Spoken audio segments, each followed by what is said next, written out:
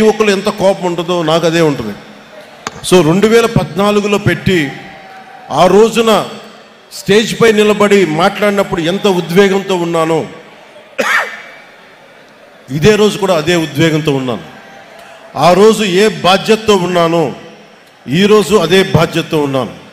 ఆ రోజు ఏ నిజాయితీతో ఏ సిద్ధాంతాలతో వచ్చానో ఇప్పుడు అదే నిబద్ధతతో ఉన్నాను. దెబ్బలు తగిలిన ప్రతి దెబ్బకి రాటు తేలేను తప్ప నా విశ్వాసం ఎప్పుడు సన్నగిల్లలేదు. నా నడక తడబడలేదు. దెబ్బ కొట్టాలని చేసిన ప్రతి కుట్ర, ప్రతి అడుగు నన్ను మరింత బలపరిచింది కానీ బలహీనపరచలేదు. ఈ ప్రయాణంలో నాతో పాటు ఆ రోజు నుండి నేటి వరకు ఏ పదవి కోరుకోకుండా, గుర్తింపు కోరుకోకుండా అవిశ్రాంతంగా పనిచేసిన అన్సంగ్ హీరోస్, ఇందాక నేను చెప్పినట్టుగా you are the real heroes. మీరు నిజమైన హీరోలు. అంటే వివిధ హోదాల్లో భాగస్వాములైన వాళ్ళు చాలామంది ఉన్నారు. నిజాయితీతో మనం అందరం కలిసి భవిష్యత్తు గమనాన్ని ఎలా మార్చచ్చు అని ఈ సుదీర్ఘమైన ప్రయాణంలో నిరూపించారు. లియో టాల్స్టాయ్ చెప్పినట్టుగా the strongest of all warriors are those two, time and patience. అంటే నిజంగా ఒక యుద్ధ రంగంలో తట్టుకొని నిలబడే బలమైన యోధులు ఎవరంటే కాలం, సహనం. అలాంటి కాలం, సహనం గుండెల్లో పెట్టుకున్న జన సైనికులు, వీర మహిళలు మీరు నిరూపించారు. You are the true heroes. I salute to you. అలాగే నేను పార్టీ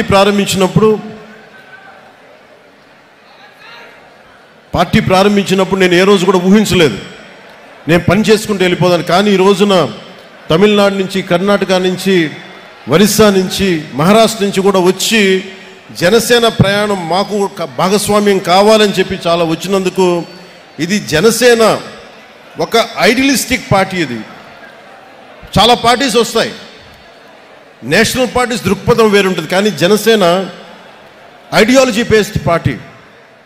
ఒక కులం కోసం పెట్టిన పార్టీ కాదు జనసేన. ఒక కుటుంబం కోసం పెట్టిన పార్టీ కాదు జనసేన. కేవలం ఒక రాష్ట్రం కోసమో ఒక ప్రాంతం కోసం పెట్టిన పార్టీ కాదు. దేశం అంతా మాట్లాడాలి ఒక రోజు అని కలలు కన్నాను. దాన్ని ఒక స్వప్నం చూశాను నేను. జరుగుదో నాకు తెలీదు. ఖుషీ సినిమా అయిపోయినాక ఒక పెద్ద విజయం వచ్చాక నేను అనుకుంటా ఉన్నా, రేపొద్దున ఇంత ఘనమైన విజయం వచ్చింది, ఇంకో రోజున దేశం మొత్తం తెలుస్తాం, ఇంకో రోజున అంతర్జాతీయ మొత్తం తెలుస్తాం.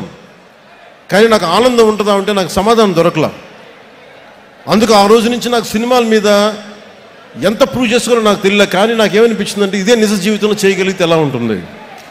దానికి ఆ రోజు నేను నిర్ణయం తీసుకొని ఎంత నలిగిపోయానంటే ఒకసారి నాకే అనిపిస్తే ఎందుకు ఇలా చేసుకున్నాను నా జీవితాన్ని అనిపిస్తుంది. కానీ ఒక ఉద్దానంలో ఎవరు మమ్మల్ని పట్టించుకోరు అని చెప్పి ఏడుస్తున్న ఉద్దానం కిడ్నీ బాధితులను చూస్తే నేను తీసుకున్న నిర్ణయం చాలా సరైంది అనిపిస్తుంది. ఈ రోజున కూర్చోబెట్టి ప్రతి సమస్యల్ని ఎప్పుడు రోడ్లంటే మాకు తెలియదు, డోలీ మోతలు తప్ప అన్న గిరిజన గ్రామాల్లో రోడ్లు వేయిస్తుంటే నేను ఆ రోజు తీసుకున్న నిర్ణయం సరైంది అనిపిస్తుంది. ఈ రోజున